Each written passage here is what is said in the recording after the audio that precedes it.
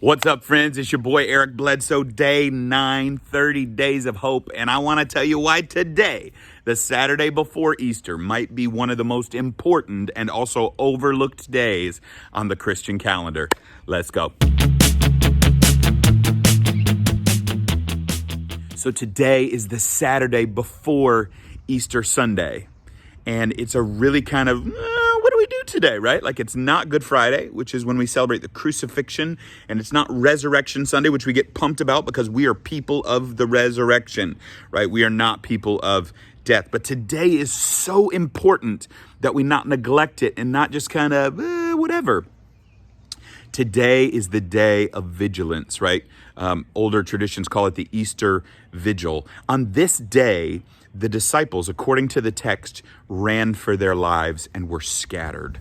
They were afraid that because of their association with Jesus, the Romans would come and kill them too, and they were literally in hiding. Each to their own homes, Jesus would say.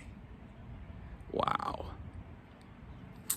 That sounds a little too close to home.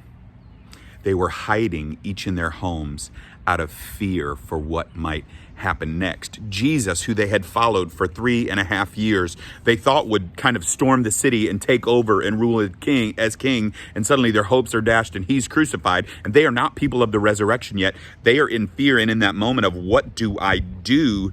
My Lord is gone, and my hopes with it. Now, as people that follow Jesus, it is important to remember and to stir up our faith always that we are the people of Sunday, that we are the people of resurrection who are brought into newness of life through the way of death because of Jesus. But friends, I want you to remember this. For most of the world, Sunday has never happened. For those who are not in Christ, who have not been called into new life by Jesus, they are eternally in Saturday.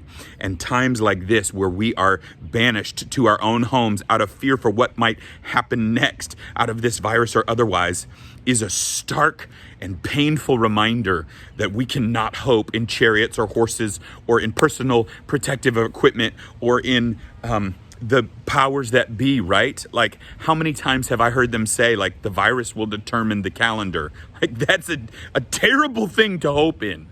And for most of the world, like, they are the people of Saturday who are constantly waiting for the hope that they long for to be revealed.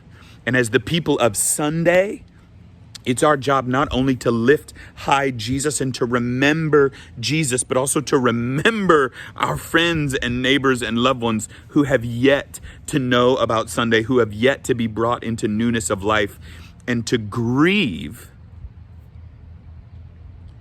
that they are still in darkness. And then to go, as Jesus would say, into all of the world, as the Father had sent him to seek, that is actively pursue, to save and to rescue and to bring hope and light to those who are still found in darkness, in hiding because of sin and fear and shame and guilt, and to relieve them, as Isaiah would say, to sing to them that the pain of their warfare has been ended by Christ, and that he is making all things new, and to ask them to come and to be people of Sunday. Friends, today is really important that we remember our own hiding, that we remember our own separation from God because of sin, that we remember what it felt like to be without, so that we can cherish and relish and revel in the fact that we are now people of Sunday. But if we skip Saturday and go straight from the crucifixion into Sunday without the sobriety and lament that comes with remembering what it felt like to be separated from Christ, we will do a disservice to our own faith, and we will be unhelpful to those who still have yet to experience the power of Easter Sunday morning. So it is my hope for you that today you will remember that you are the people of the resurrection, that we are those who walk in newness of life, but that it was not always so.